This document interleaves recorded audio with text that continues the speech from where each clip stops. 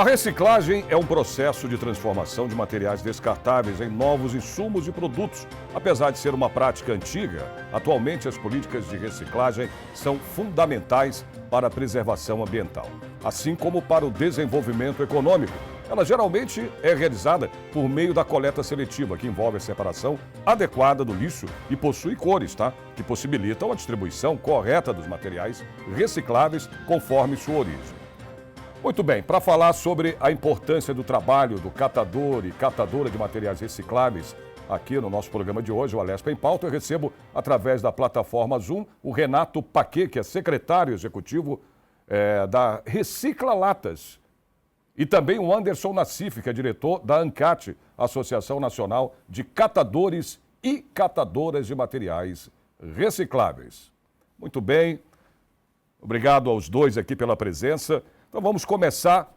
Eu quero já saber de cara a importância da reciclagem, para o nosso telespectador entender melhor. Vamos lá. Se me permite aqui, Anderson, vou aqui para a gente. A reciclagem ela tem, acho que, alguns aspectos fundamentais, né? Vou falar aqui do ambiental e também do econômico. No ambiental, o mais óbvio, né? O que a população consegue enxergar muito bem é a gente não poluir, né? Quando a gente descarta corretamente os materiais, eles não irem para aterros sanitários, lixões, oceanos, nas ruas, etc. Esse é um lado, né, do ambiental.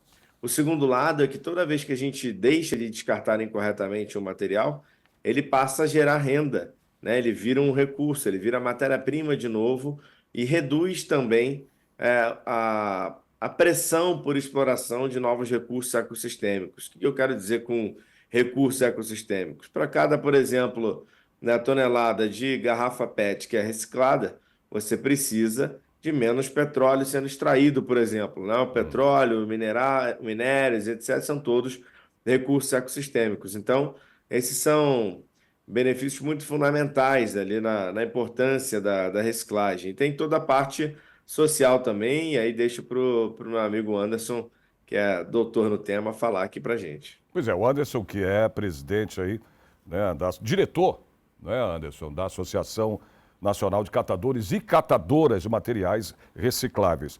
E eu quero já saber do Anderson, a importância, Anderson, também do catador de material, né, reciclável para o nosso meio ambiente, como acabou de explicar agora o Renato, né, na sua fala. Pois bem, Sérgio, um abraço aqui ao meu amigo Renato, né? Tantas jornadas aí que a gente acaba caminhando junto, né? E falar da reciclagem, Sérgio, sem falar do papel dos catadores é quase impossível, né? Os catadores, na verdade, são atores essenciais dessa cadeia.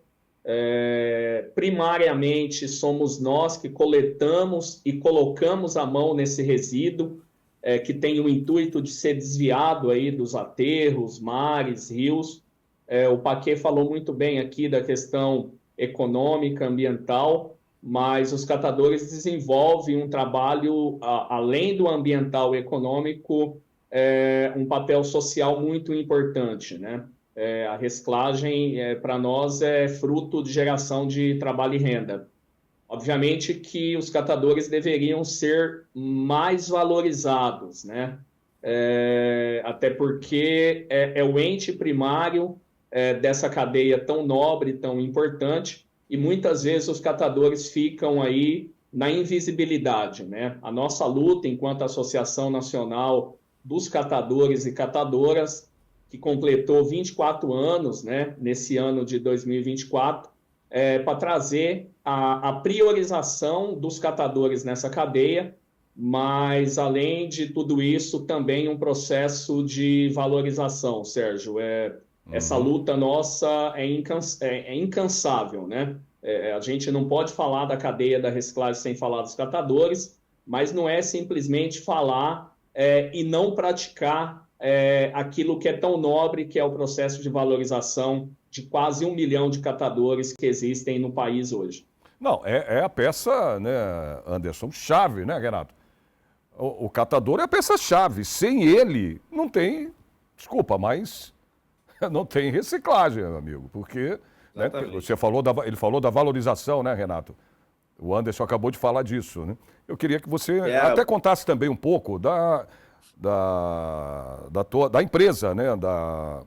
Da Recicla Latas, que tem pouco tempo. Você tem que aí, a associação tem 24 anos, né, Anderson? 24 anos. Você vê aí, né, a luta do Anderson para que essa classe seja cada vez mais valorizada. Eu queria que você falasse, Renato, um pouco também da Recicla Latas, que tem aí, nasceu em, se eu não me engano, 2021, não foi isso? Isso aí.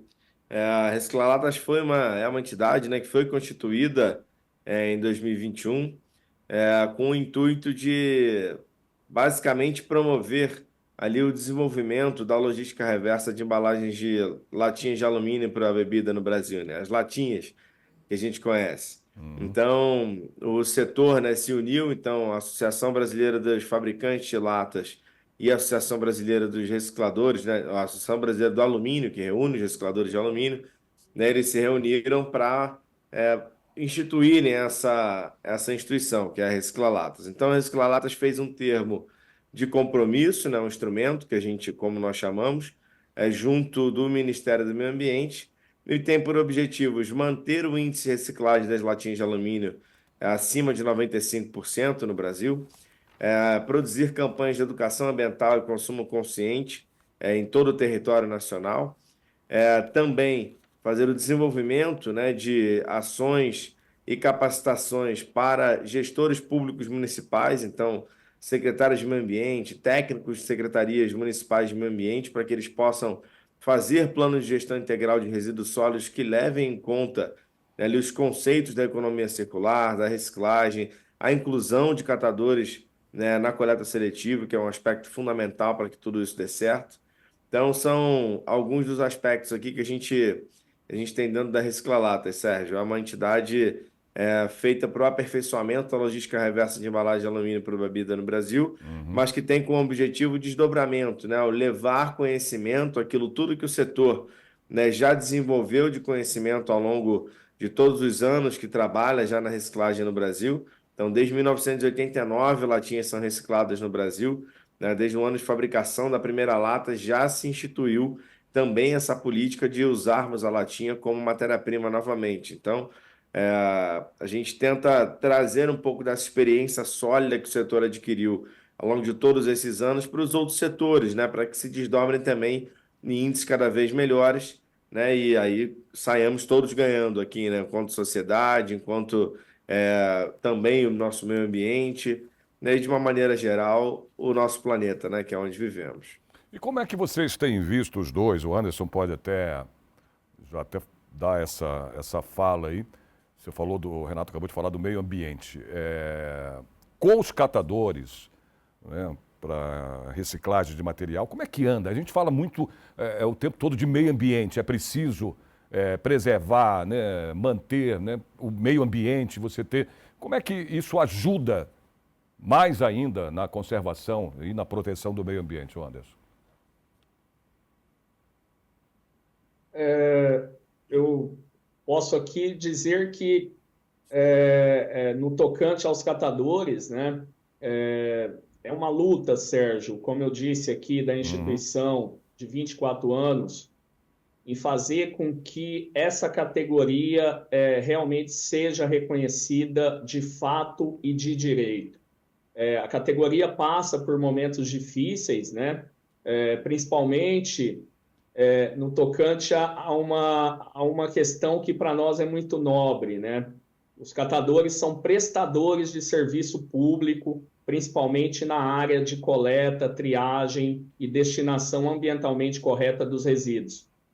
Mas aquilo que deveria ser regra acaba sendo uma exceção. Os catadores prestam um serviço e, na sua maioria, não recebem por esse serviço prestado, seja no âmbito público, seja no âmbito privado, e os catadores ficam há vários e vários anos, Sérgio, à mercê da comercialização dos materiais recicláveis. Materiais estes que, vira e mexe, ele sofre com grandes oscilações, A exemplo do mercado do papel e papelão, que recentemente passou por uma crise gigante, catadores coletando papel nas ruas e comercializando esse papel a cerca de 10 centavos o quilo, né? Daí dá para ter uma ideia do trabalho quase que sub-humano de uma categoria que tanto contribui para a limpeza pública, o melhoramento da gestão de resíduos no país. E aí eu estou sendo bem simplório aqui, porque o Brasil, que almeja alcançar talvez a 8ª economia do mundo, é o país que também convive com quase 3 mil lixões a céu aberto, com pessoas ainda vivendo dentro do lixão para buscar a sua sobrevivência. Eu que lá nos anos 2000 trabalhei no lixão da cidade aqui, sei muito bem a situação em que esses companheiros e companheiras catadoras e catadores se encontram em situação de lixão. Isso para nós é algo em que a instituição vem trabalhando muito, principalmente com o governo federal, mas a gente sabe que também a vida do catador se resolve no município, né? E por vezes a reclamação é de que falta recursos financeiros e tudo mais, mas precisa também de uma proatividade política, né? O gestor precisa encarar essa situação do lixo, né? Porque o lixo é gerado no seu município, né?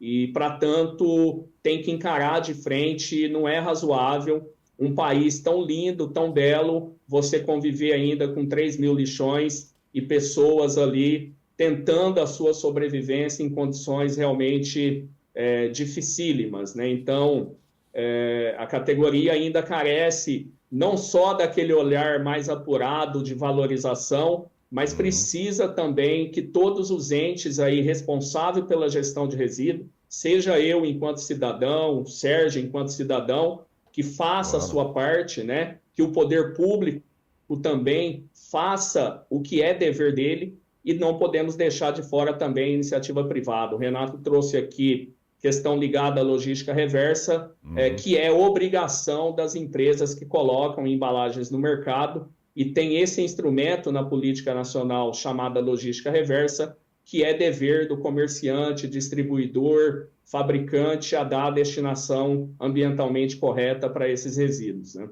E aí, Renato? Porque ele falou uma coisa que eu ia até tocar já nesse assunto, que é políticas públicas, né?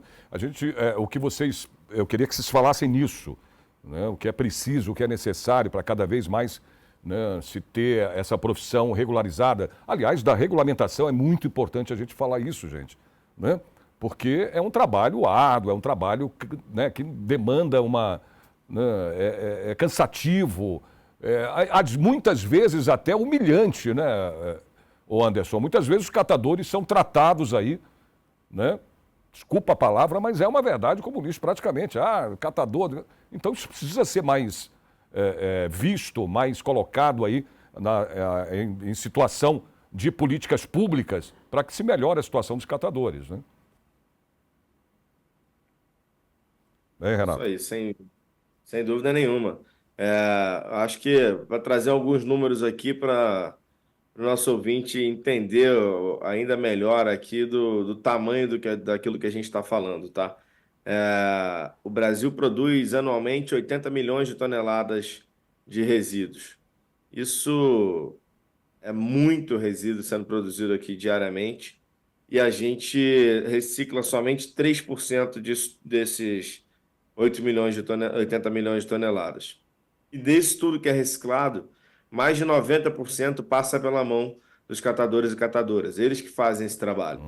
Não significa dizer que se a gente não tem o catador como principal pauta dentro dessa questão da reciclagem, a gente não tem reciclagem no país, né? E como o Anderson muito bem colocou, acho que num país que se posiciona como, né, ali indo para a 8ª maior economia do mundo, né, com desenvolvimento e etc., não dá para a gente deixar de lado, não dá para a gente deixar a Deus dará como ficou, né, e como está, né, Anderson, muito ainda. A política pública é para trazer o catador e a catadora como prestadores de serviços que já o são, né? Então precisa-se né, haver ali, agora a gente teve há 3 anos atrás, se eu não me engano, a oficialização da profissão catador, né, no Código Brasileiro de Ocupações, do CBO, né, como um agente ambiental. É agente esse que presta serviço há décadas para os municípios e não recebe nada dos municípios, né, na grande maioria das vezes. Então, você está falando de prestador de serviço público que não recebe para nada, para tudo, não recebe nada por tudo que ele faz.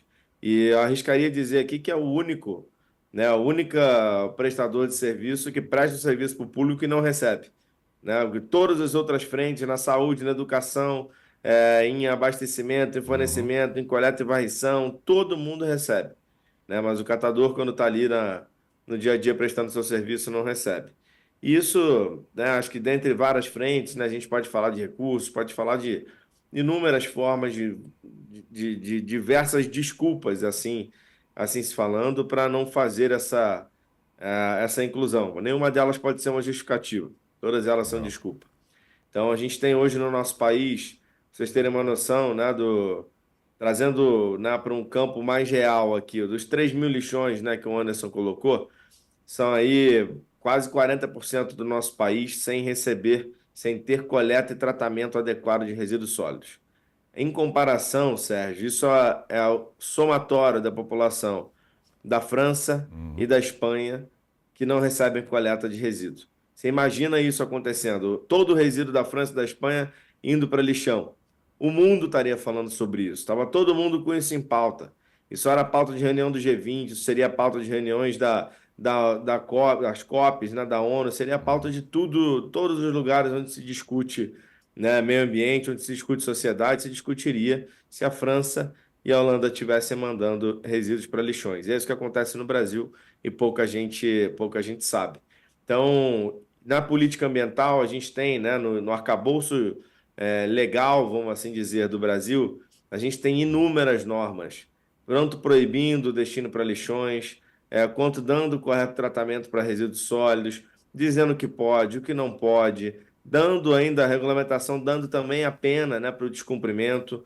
O problema é que não há fiscalização, né? A gente tem um Estado que não fiscaliza, que não vai junto das prefeituras, que não vai junto dos estados para regulamentar, para cobrar o cumprimento daquilo que já é regulamentado, né, para fazer com que a pauta avance.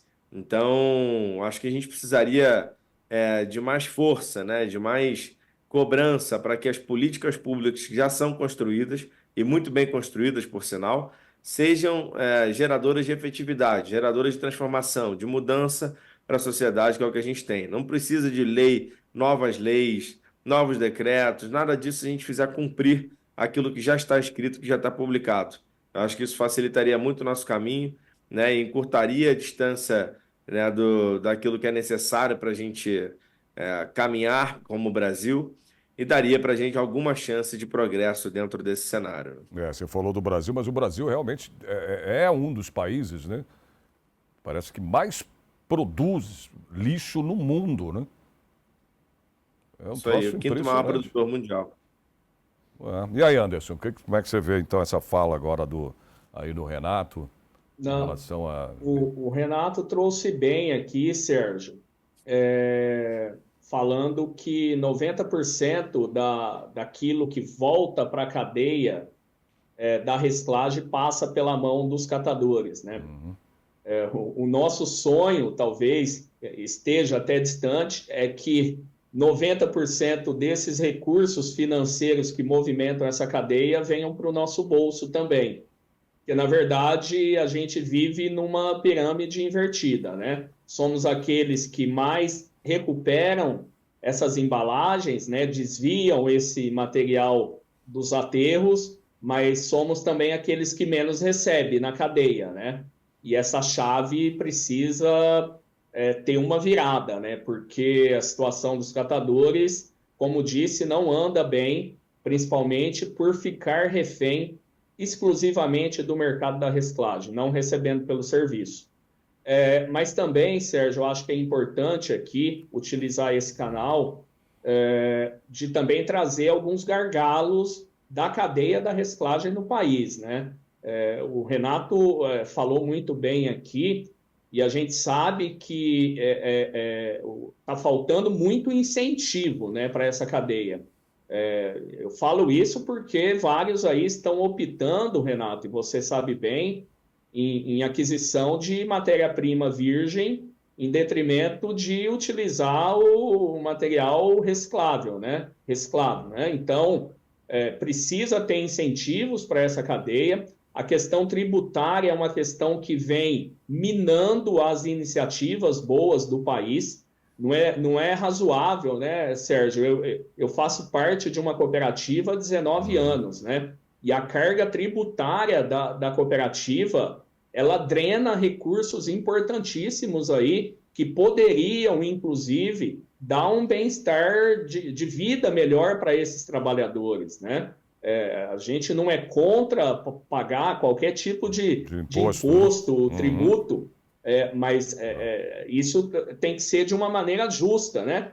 Hoje, para você ter ideia, Sérgio, a cooperativa ela faz o trabalho, o catador faz o trabalho de coleta, de triagem, destinação, através da comercialização, e quando ele vai vender esse material que ele já andou nas ruas, muitas vezes puxando a sua carroça, o seu carrinho, quando ele vai efetuar a venda, ele é tributado, né, de PIS, COFINS, ICMS para fora do estado, às vezes cobra-se lá 12% de ICMS, e aí, quando eu trago isso para o aspecto da formalidade, que é estar numa cooperativa ou numa associação, a cooperativa dura as penas para se manter viva no mercado, né? E manter dentro dessa regularidade, que o Renato sabe a importância disso, o Renato trabalha muito bem isso, né? A cooperativa, os catadores vêm pagando um preço muito alto. Então, são questões também que pouca gente, a nível de Estado mesmo, discute isso profundamente, né? Porque a gente gira uma economia e faz parte dessa cadeia, né? Importantíssima. Mas da forma que está, os catadores realmente estão num processo, Sérgio, de sobrevivência. Queríamos nós estar num processo de viver bem daquilo que a gente executa, que a gente faz muito bem. Mas não posso dizer isso hoje porque está sendo um trabalho de sobrevivência e não deveria ser isso. Eu acho que a categoria merece um olhar mais profundo, uma expertise por parte do gestor público em reconhecer definitivamente os catadores como o elo principal dessa cadeia de resíduos e que tanto contribui para a limpeza urbana, geração de trabalho e renda, economia, aspectos ambientais, enfim. Dá para narrar uma série de valores aqui no trabalho que os catadores desenvolvem aí nos municípios Brasil afora. Uhum. Renato, eu sei que o Renato provavelmente vai querer também indagar sobre o que, né, acabou de falar o Anderson, mas a gente vai fazer o seguinte, Renato, a gente vai fazer um breve intervalo, tá bom? Daqui a pouco a gente volta para você, inclusive, dar não digo uma resposta, mas também comentar sobre essa questão que é importantíssima, a questão dos impostos, né? De se pagar tanto imposto, ainda mais numa situação de catadores, né? Que não é fácil. Como disse, ele citou alguns números aí de impostos que são cobrados. Mas vamos fazer o seguinte, a gente vai para o intervalo, daqui a pouquinho eu volto com o Renato e com o Anderson para continuar batendo esse papo aqui sobre reciclagem, ok? É um instante só, voltamos já.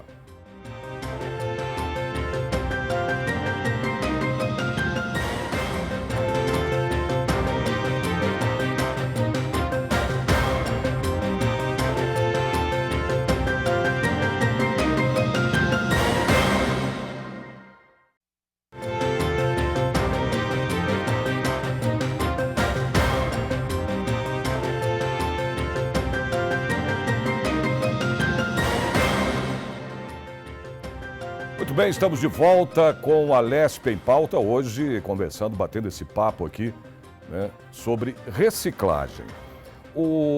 Há pouco eu falei com o Renato que a gente ia para o intervalo, né, e voltava já para o Renato falar sobre o que o Anderson colocou aqui, que é a questão dos impostos, Renato. Eu queria que você fizesse esse comentário também dessa situação em relação aos catadores. Vamos lá, isso é um aspecto fundamental, acho que eu dividiria essa discussão em dois pontos de vista, tá? Em Uhum. duas partes, melhor dizendo.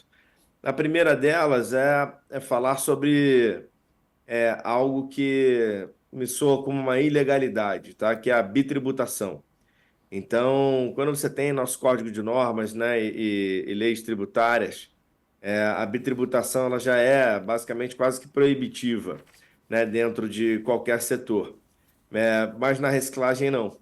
Né? Hoje, o que nós estamos falando aqui, o que o Anderson muito bem colocou, é o seguinte: o catador ele coleta uma embalagem na rua, ou recebe no seu galpão uma embalagem, ele faz a separação dessa embalagem, né, por tipo de material e vai comercializar. E ele vai pagar imposto sobre essa operação. Só que é uma operação que está envolvendo um produto que já pagou imposto. A garrafa que está sendo vendida, a latinha que está sendo vendida pelo catador, ela já teve o seu imposto pago quando o fabricante daquele produto embalado pagou o imposto para ela, para envasar. Ela vai ao mercado, sai do mercado, vai para o catador e se paga imposto de novo. Então, primeira parte da minha conversa, né, acho que dos meus pontos aqui, em cima dessa pauta, é sobre a bitributação. Né? A gente não está pedindo benefício fiscal, a gente não está pedindo incentivo fiscal, não estamos pedindo nada disso, estamos pedindo para não pagar o imposto que já foi pago na outra vez. Né? Então, não, a gente precisa dividir isso. Né? No momento onde o país fala só em aumentar a arrecadação e etc., a gente sabe que é um momento muito complexo, complicado, mas o que a gente está falando aqui não estamos pedindo, né, para nenhuma das partes do setor da reciclagem um benefício fiscal, não estamos pedindo um abono fiscal, nada disso. Estamos pedindo para não pagar segunda vez o imposto que já foi pago. E isso já seria de uma ajuda enorme. A gente fala de 12% no caso do imposto, né, do ICMS de São Paulo, mas a gente fala sobre 18% no estado do Rio de Janeiro, a gente fala sobre 19% do estado de Minas Gerais. Então, só por aí já vai 1/5 da receita da cooperativa vai para pagar imposto. Da cooperativa e de qualquer outra empresa que trabalhe nesse setor. Então, a gente está falando de 1/5 da receita pagando imposto, pagando ICMS. E aí a gente vai para PIS e COFINS. Né? Você tem o Programa de Inclusão Social, PIS, e o COFINS, que são dois programas que vão, né, para benefício social, para beneficiar a população, né, principalmente, né, quem mais precisa do aparato público para sobreviver.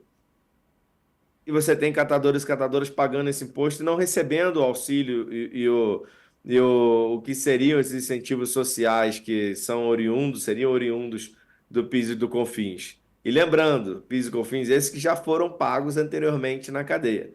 Então, essa é a segunda parte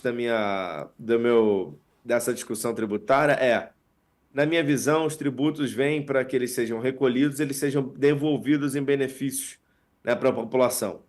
Então, dado que esse é um serviço prestado por catadores e catadoras, tipo, vou aqui dizer para qualquer setor, qualquer empresa que trabalhe dentro desse setor, né, coletando resíduo, tratando, né, fazendo a triagem de resíduo e comercializando o resíduo.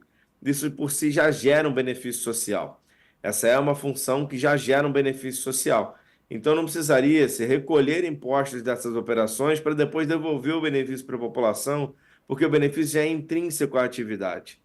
Então, a gente tem bitributação e o pagamento de impostos para devolver benefícios para a sociedade, mas que já são gerados, já são oriundos ali dessa atividade. Então, pelas duas fases da discussão, você percebe o quão atroz, né, e muito pelo contrário, desincentivador é você cobrar impostos dessas atividades, né, que geram benefício social e que já têm seus impostos pagos por elos anteriores à cadeia da reciclagem. Então, é algo que realmente é inconcebível, né, de se pensar que é o que acontece hoje aqui.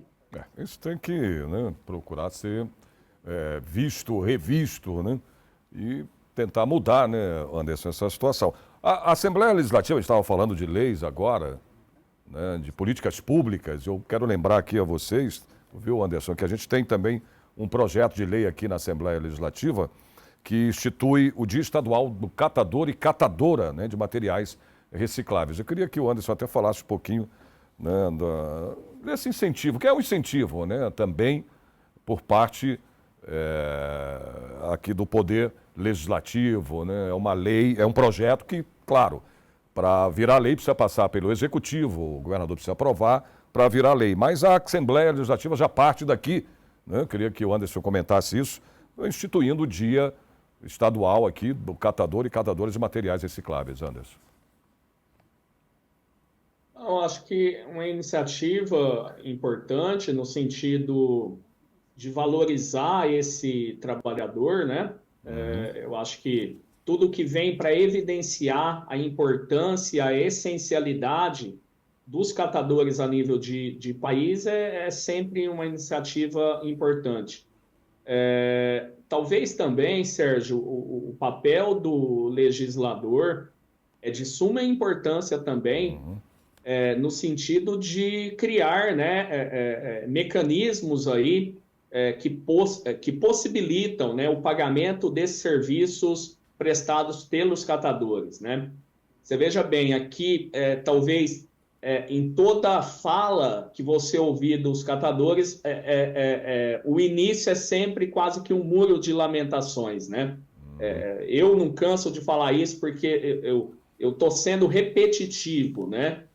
De uma coisa que é tão óbvia, né? O trabalhador precisa receber por aquele serviço que ele presta. E a nível de São Paulo também, já houve iniciativa aí de deputados, né? Que criaram leis visando essa valorização.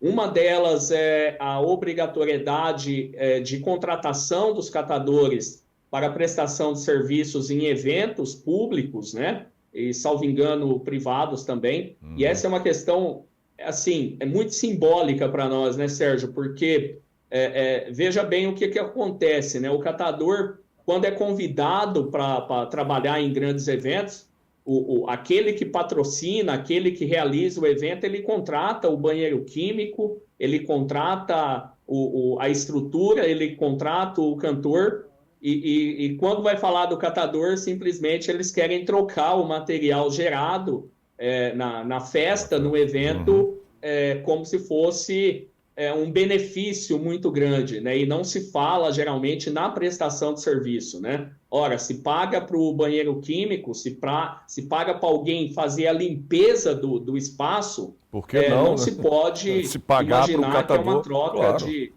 favores, né? Então, e aí, Sérgio, o legislador tem um papel de suma importância em trazer essas evidências, né? Para toda a sociedade, né? É uma discussão a nível de sociedade, né? Nós estamos falando aqui da reciclagem, e aí o índice aqui trazido pelo Renato, né, que pode ser um pouco mais até, porque também não consegue esses números exatos, Renato, porque muitas vezes o que é divulgado é aquilo que os municípios colocam nas plataformas aí, de fiscalização do governo, né? E aí, muitas vezes, esses dados não são sequer corretos, né? Geram alguma dúvida, mas é de suma importância que o país dê uma guinada definitiva nessa questão ligada à gestão de resíduos. E aí os catadores não vão se furtar como nunca se furtaram de estar dentro dessas discussões. Eu acho que programa como esse aqui é de suma importância para fazer chegar na sociedade, porque a sociedade também tem um papel, Sérgio, importantíssimo. É ela que deve pressionar, inclusive, as políticas públicas, fazendo com que elas saiam definitivamente do papel e se tornem ali praticáveis, né? Então, a sociedade também tem um papel muito importante, e aí o Renato sabe bem, né? O resíduo, ele precisa e passa pela nossa mão enquanto cidadão. E a gente tem que saber que por trás de tudo isso, esse resíduo precisa ser bem separado, porque existem pessoas que colocam a mão nesse material.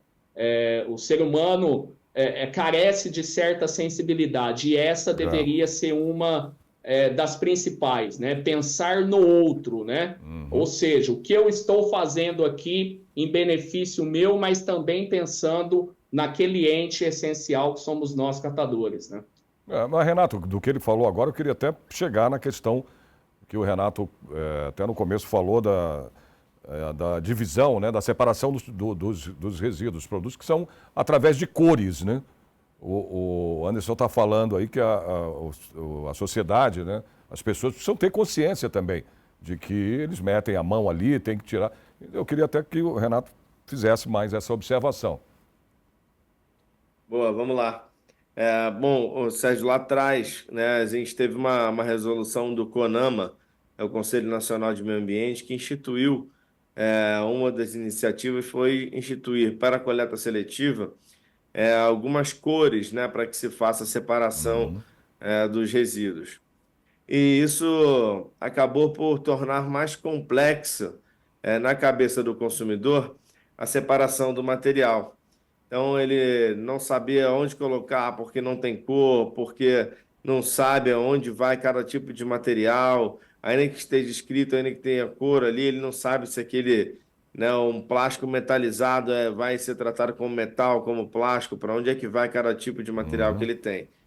Então, hoje em dia, e Anderson pode me corrigir aqui com tudo se eu tiver errado, hoje a separação para o consumidor, para a gente facilitar essa adesão do consumidor à coleta seletiva, ela pode ser feita de uma maneira muito simples. Recicláveis, né, resíduos secos, embalagens em um saco, e resíduos orgânicos e de banheiro em outro saco. Né, os recicláveis, né, e secos devem ir para a coleta seletiva, que vão chegar aqui, no melhor dos casos, até uma cooperativa. E os orgânicos, né, e de banheiro, eles vão para um aterro sanitário também, no melhor dos casos, né? Lembrando que nós destinamos quase metade dos resíduos para lixão. Mas essa separação já é suficiente entre recicláveis e orgânicos, ou resíduos úmidos e resíduos secos. Ela já é suficiente, Sérgio, para que a gente faça uma correta separação dos resíduos e esse resíduo seja, né, tenha a possibilidade de gerar renda para algum catador e catadora. E aí, Anderson? O Renato bem colocou e na verdade, o material que o catador sabe muito bem tratá-lo ali, realmente para facilitar isso para o cidadão, é melhor que seja da forma que o Renato bem colocou. Até porque, Sérgio, quando esse material entra no galpão de triagem das cooperativas, há uma série de separações ali visando agregar valor. Um exemplo, né? Aquilo que é meramente o plástico que está ali no local ali colorido, né? No recipiente colorido, esse plástico muitas vezes é separado em 14 tipos de plástico ou até mais. Então, você não mistura a PET branca com a PET verde, e aí eu vou falar que poucos talvez vão entender, o PAD colorido com o PAD branco. Então, não tem muita lógica racional assim a gente fazer grande exigência que o cidadão, enquanto separador do material e tentando destinar de maneira ambientalmente adequada, que ele faça esse tipo de separação, porque esse é o papel também dos catadores, né? Os catadores, eu posso dizer que nós somos experts nesse tipo de separação, né? A gente sabe muito bem agregar valor visando gerar maior renda aí para os trabalhadores, né? Então, a separação tem que ser o mais simples possível, mas deve ser uma rotina incansável, né, a nível de sociedade, né? Saiu uma matéria recente, eu acho que até esse final de semana, dizendo que o porquê que o cidadão não separa corretamente os seus resíduos, né? E uma das respostas foi justamente a preguiça de querer fazer isso, né? Então, vejamos a que nível estamos, o país chamado Brasil, que não consegue fazer aquilo que seria o hábito mínimo de todo cidadão que acorda cedo, escova o dente, lava o rosto.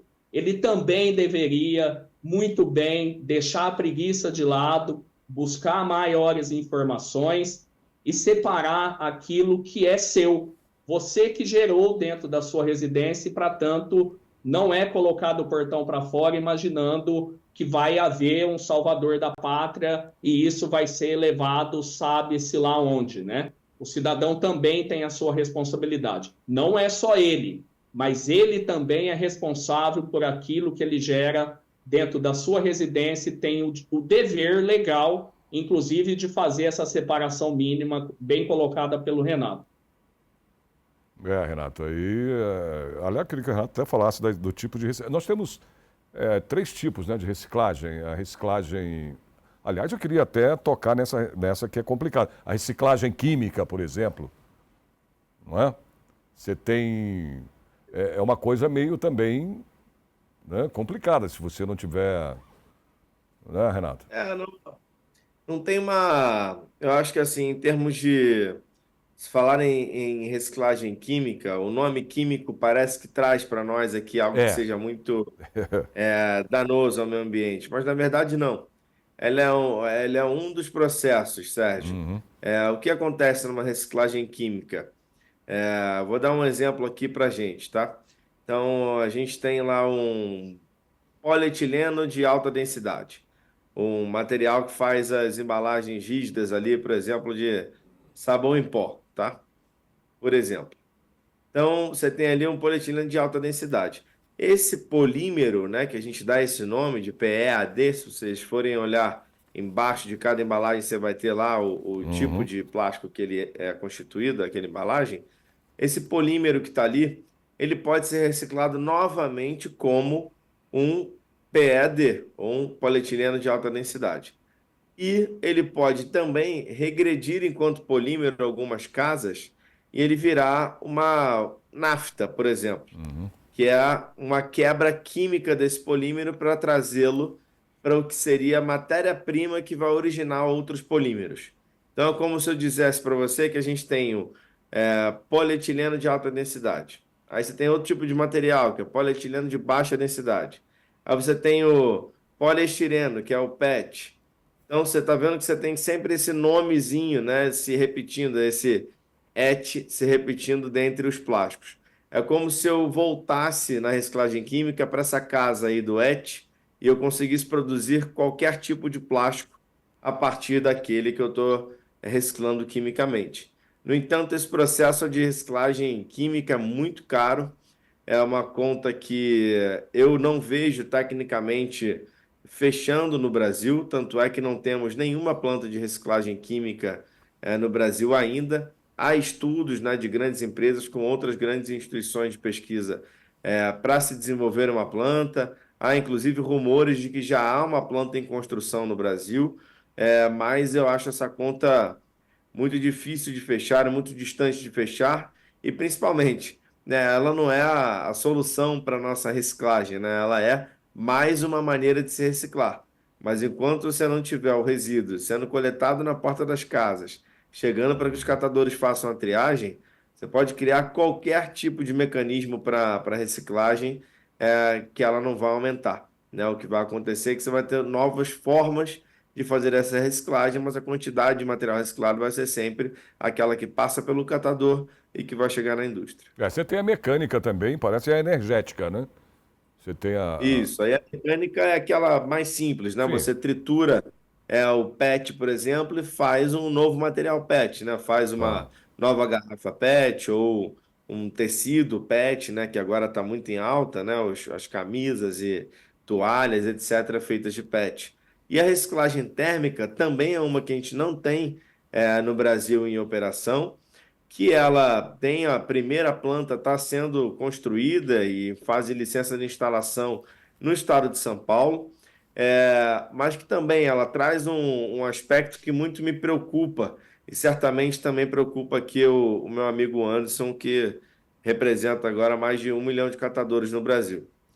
Quando a gente não tem, né, vou dar um passo atrás, a Política Nacional de Resíduos Sólidos, ela estipula que nós tenhamos uma hierarquia de tratamento para os resíduos, tá? Primeiro o reaproveitamento, depois a reciclagem, depois a reciclagem térmica, né, incineração, e depois o aterro sanitário. Hoje em dia a gente só tem duas efetivamente operando no Brasil, né? Você tem a reciclagem e o aterro sanitário. A reciclagem térmica, ela pegaria, no melhor dos casos, tá, onde ela funciona bem, tudo aquilo que é inservível à reciclagem e faria geração de energia com esse material. Qual é o risco disso?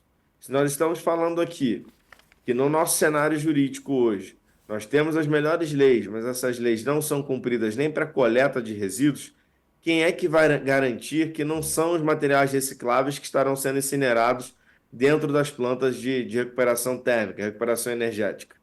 Então, para que se haja uma planta de recuperação térmica no Brasil, energética, né, no Brasil, que não prejudique o trabalho dos catadores e catadoras, você precisaria garantir que naquela planta não haja o resíduo reciclável sendo incinerado.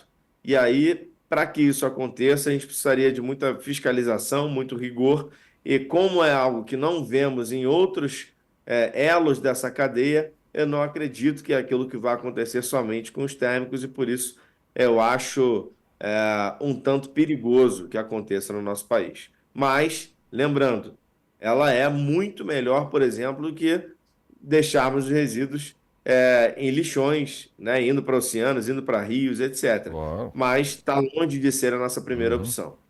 E aí, Anderson? Esse tema a gente trata com extremo cuidado, até porque o tema resíduos, por ser tão complexo, não há varinha mágica, né? Não há solução simples para isso. A gente precisa tomar muito cuidado com isso. E o Renato bem colocou que a nossa principal questão aí é de que não sigam a hierarquia determinada pela própria política nacional, né? E aí muitas vezes se fala que não, essas plantas não irão trabalhar com os materiais recicláveis. O país tem 3 mil lixões, o pessoal não está dando conta de fechar lixão. Você imagina conseguir desviar todos os materiais recicláveis, inclusive são esses materiais que têm o poder maior de combustão, né? Você não vai queimar melancia, né? Que é resto de comida, né?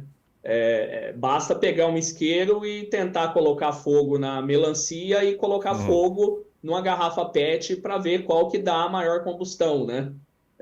Então, a gente precisa tratar isso com muita cautela, muita responsabilidade, porque se hoje a categoria que tanto contribuiu para esse país na gestão de resíduos, se hoje o país tem índices aí de reciclagem, mesmo que sejam pífios, né?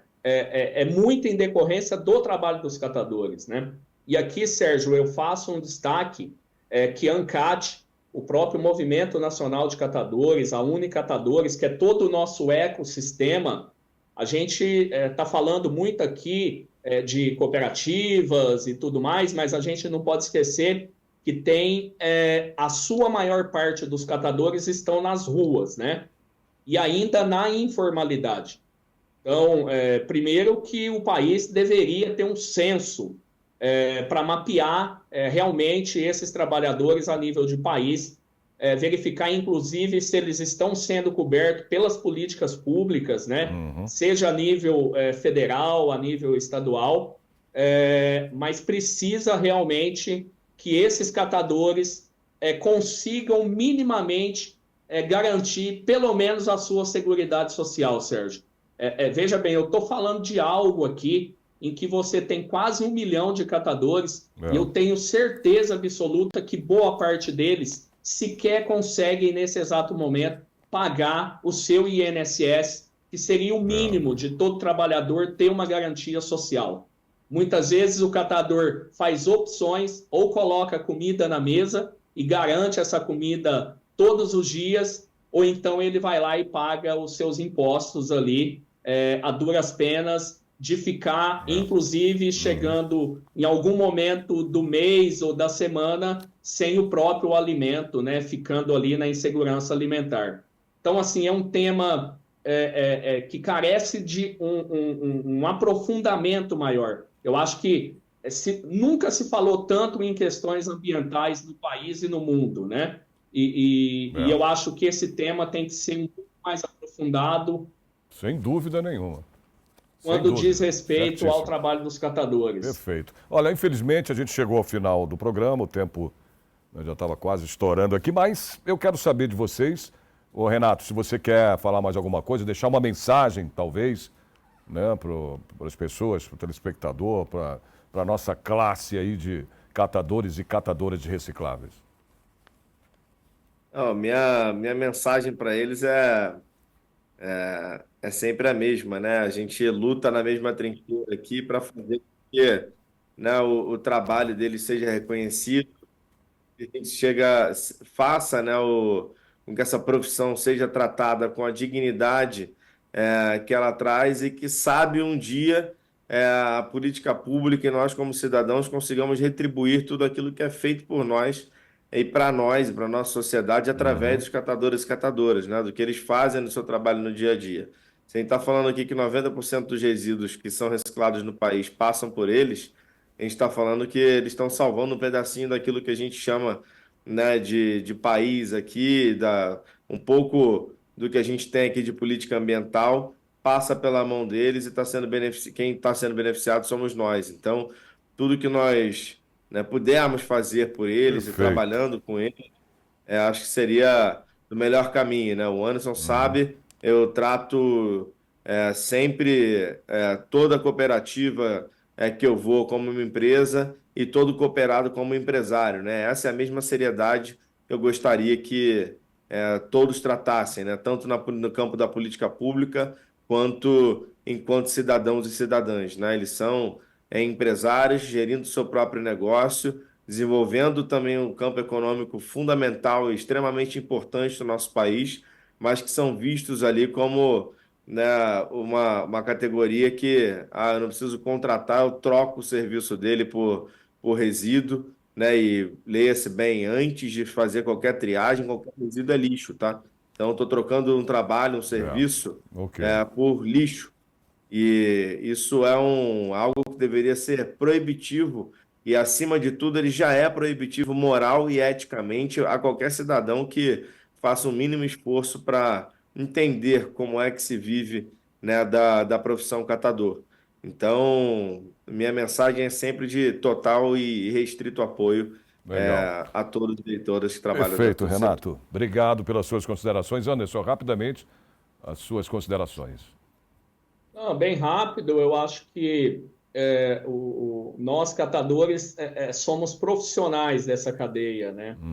E as pessoas precisam deixar de lado em achar que somos coitadinhos dessa cadeia. Não, pelo contrário, a gente movimenta essa cadeia, somos profissionais, sabemos muito o nosso papel e a nossa importância e a nossa essencialidade nessa cadeia de resíduos, né? Então, não precisa nos tratar como coitadinhos, mas trate verdadeiramente como profissionais. E todo profissional merece, sim, o reconhecimento e a sua devida valorização.